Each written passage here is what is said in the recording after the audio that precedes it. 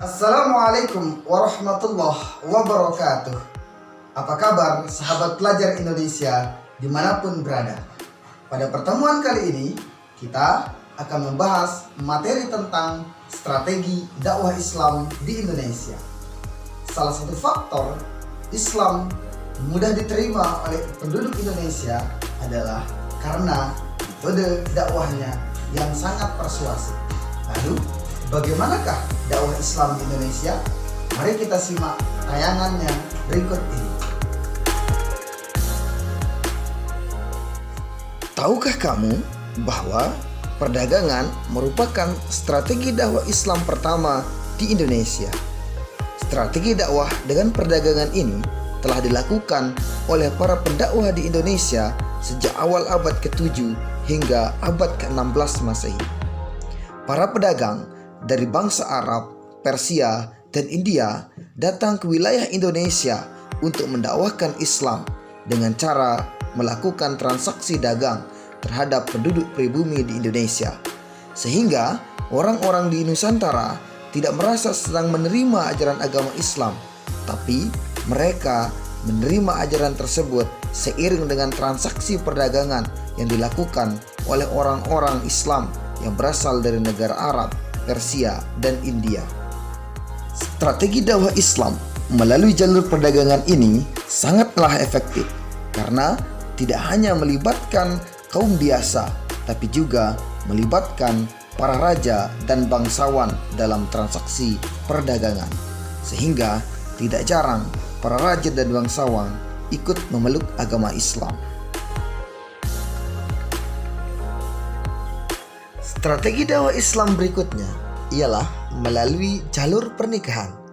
Interaksi antar penduduk pribumi dan pedagang Muslim yang datang dari Arab, Persia, dan India tidak jarang diteruskan dengan adanya perkawinan.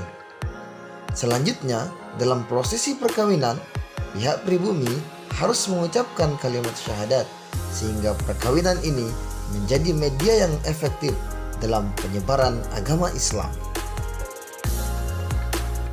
Pada tahap berikutnya, dakwah Islam di Indonesia dilakukan melalui media politik.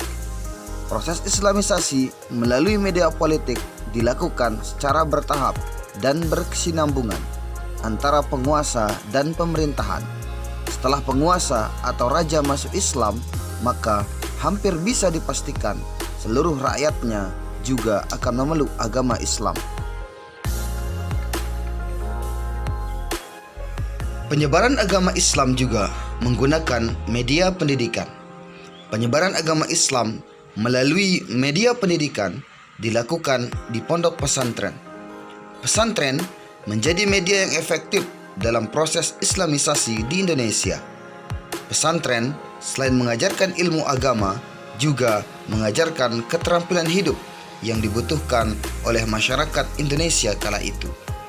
Selain itu, pesantren juga dijadikan sebagai tempat untuk pengkaderan bagi para pendakwah Islam berikutnya. Pertunjukan seni wayang dan gamelan sebagaimana yang dilakukan oleh para wali songo juga merupakan strategi dakwah Islam yang menggunakan bidang kesenian. Dakwah Islam melalui kesenian dirasa sangat efektif di Nusantara pada saat itu karena kecenderungan masyarakat yang masih menganut agama Hindu dan Buddha dalam menyaksikan pertunjukan gamelan dan wayang. Strategi dakwah Islam berikutnya dilakukan melalui media tasawuf. Para sufi mengajarkan tasawuf yang diramu dengan ajaran yang sudah dikenal oleh masyarakat Indonesia. Seorang sufi biasa dikenal dengan hidup dalam kesederhanaan.